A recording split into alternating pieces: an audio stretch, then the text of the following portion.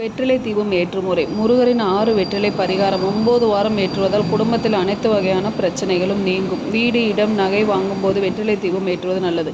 முருகரின் திருவுருவப் படம் ஒன்றினை எடுத்து சுத்தமாக துடைத்து மஞ்சள், குங்குமம் பொட்டு வைக்க வேண்டும். பூஜை கிழக்கு வடக்கு திசையில் செய்யலாம். காம்புடன் கூடிய 6 சுத்தமான வெற்றிலை எடுத்து காம்புகளை கிள்ளி தனியாக எடுத்து வைத்து கொள்ள வேண்டும். வெற்றிலை நுனியின் மஞ்சள், குங்குமம் பொட்டு வைக்க வேண்டும். பிறகு ஒரு தாம்பூலத்தட்டின் 6 வெற்றிலைகளை விசிறி வடிவில் வைத்து பின்னர் மஞ்சள், குங்குமம் வைத்து அகல் விளக்கு நடுவில் வைத்து நல்லெண்ணெய் திரி போட்டு தீபம் ஏற்ற வேண்டும்.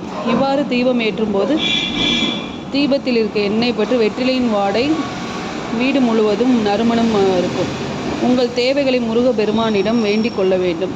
தீபம் ஏற்றி சிறிது நேரத்தில் வீடு முழுவதும் அந்த நறுமணம் இருக்கும்.